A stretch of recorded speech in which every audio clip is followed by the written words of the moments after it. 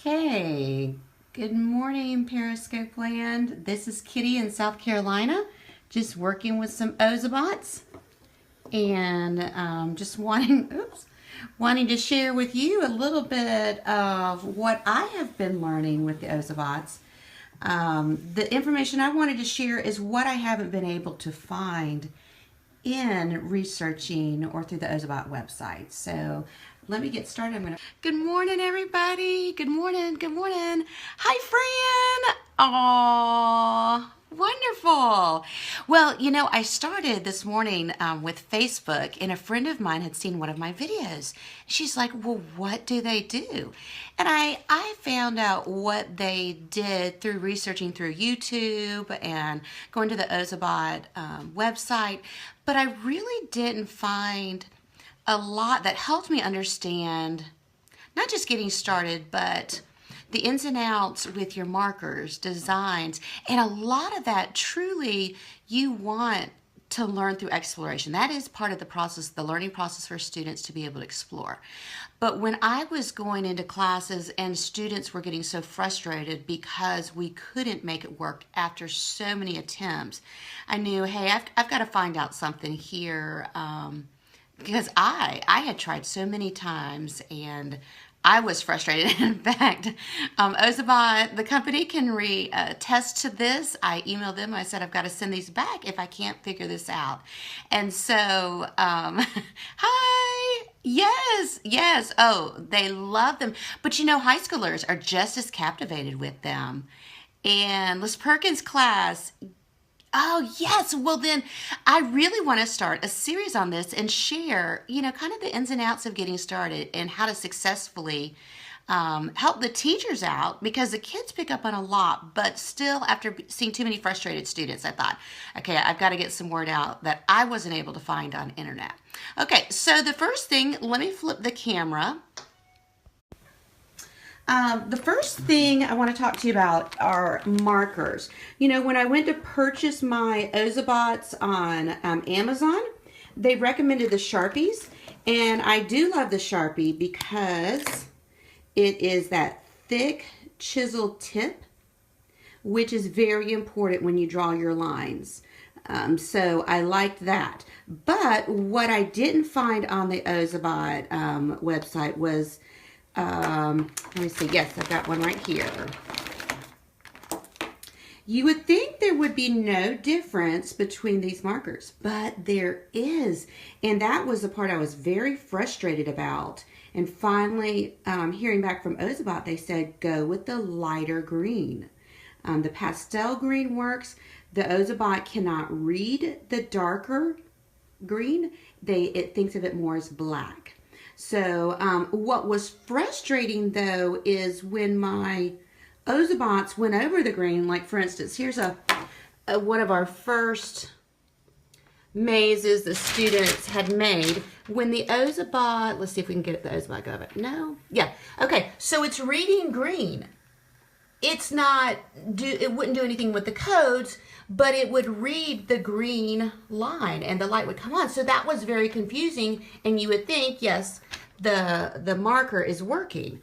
But truly and honestly, for the codes, and I'll talk about codes in just a minute, for the codes to work, you've got to have the lighter pastel. Throw those darker greens out. That was what I really found out. And also in the blues. Here is the blue that I would have thought would have worked, and in fact when we did our codes, again the Ozobot would read the blue, the Ozobot would turn blue, but when we had our codes it would not read it. So she sent me back to the pastel blue, and that is the one that when I did more examples, I can't tell you how excited I was when I saw this finally work. Let's see. I was always going to go to that's a whole nother lesson in itself right there. Well, it did it. Oh, cool. Okay, let's see. Let's see if it'll do it. That's what's so neat. The Ozobots, you don't know which way they're going to go.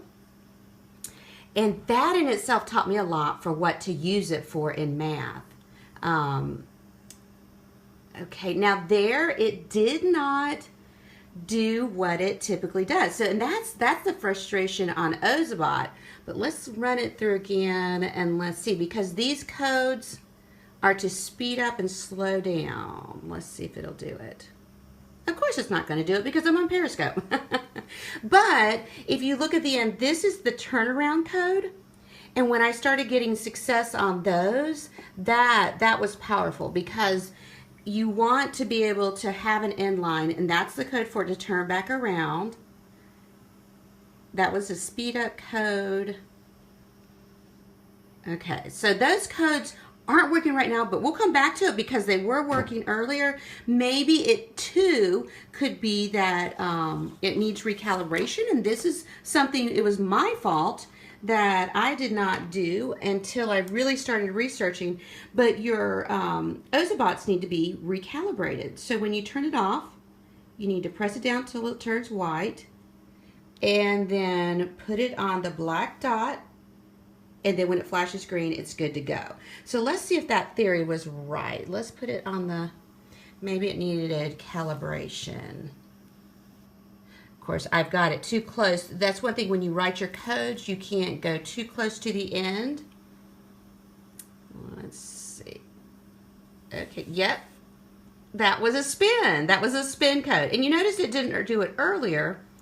So there is a lot to be learned on how you write your code and the consistency of it. And I think that's what was hard. I really wanted to do these codes right here. That's the fun and the frustration of Ozobots. Oh, please do it. Okay, well, we'll come back to it. But yes, the codes are universal. In fact, Ozobot gives you these resources, and I printed them out and I laminated them because students use them a lot. And so you have codes that have to deal with speed. And I think the one I was trying to get it happen was either the nitro boost or the turbo. So if you're a beginner, and especially the lower ages, it's hard for them to get the precision on these codes. You have directional codes, and what I was proud of when I finally got the U-turn at the line end to work. And then you've got timers that will pause them to move, and then your cool moves. So these are powerful coding exercises that you want to include in your patterns.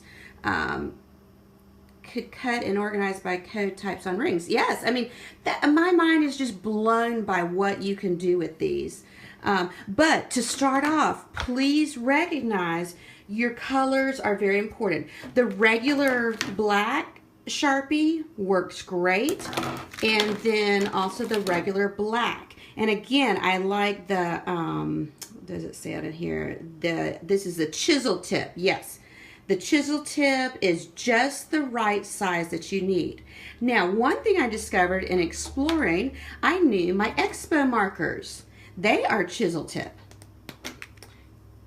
And so I thought, I wonder if they work. And sure enough, the dark green did not work, but this again is the light pastel green. And I also found that in the light pastel blue, that also works. So having the right tools to build your codes are important. If you just draw lines with the colors, the Ozobot will respond by turning that color. For instance, let me show you. This was the wrong marker for codes.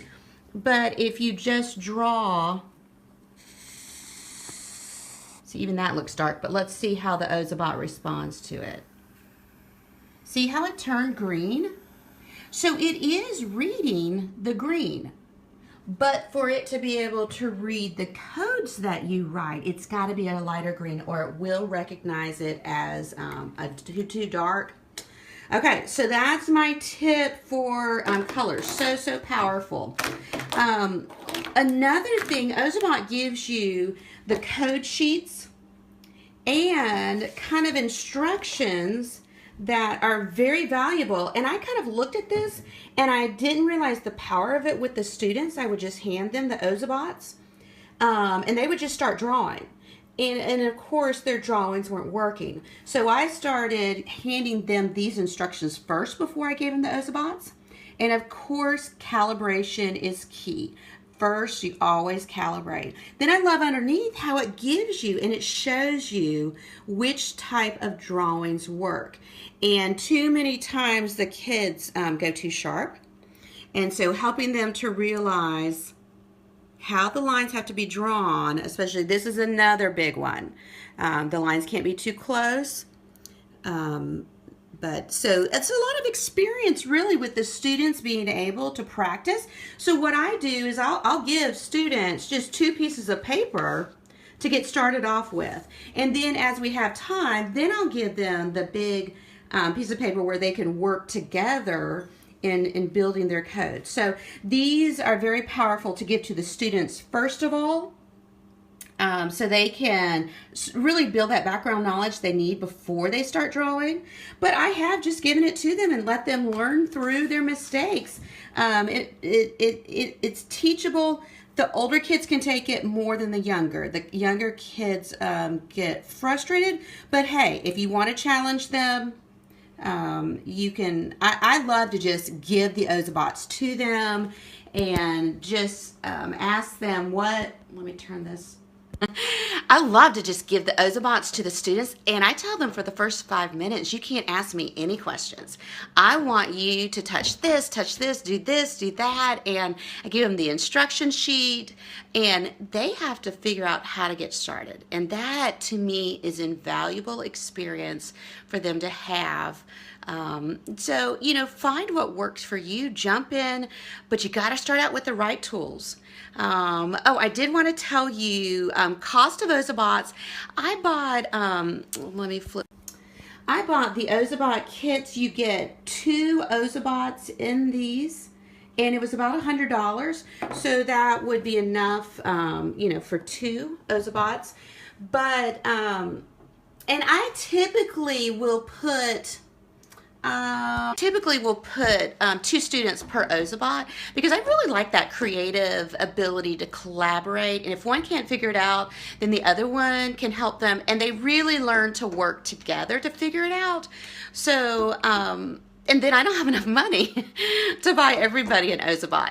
So 2 students per Ozobot works really well. Once you get 3 in there, unless they really work together, it's one typically gets disengaged. So that's my part 1 on getting started with Ozobots. Please don't hesitate to contact me. Hey, follow me on Periscope here. I'm going to try and share my learning with you. Also follow me on Twitter at KITTY_TRIPP.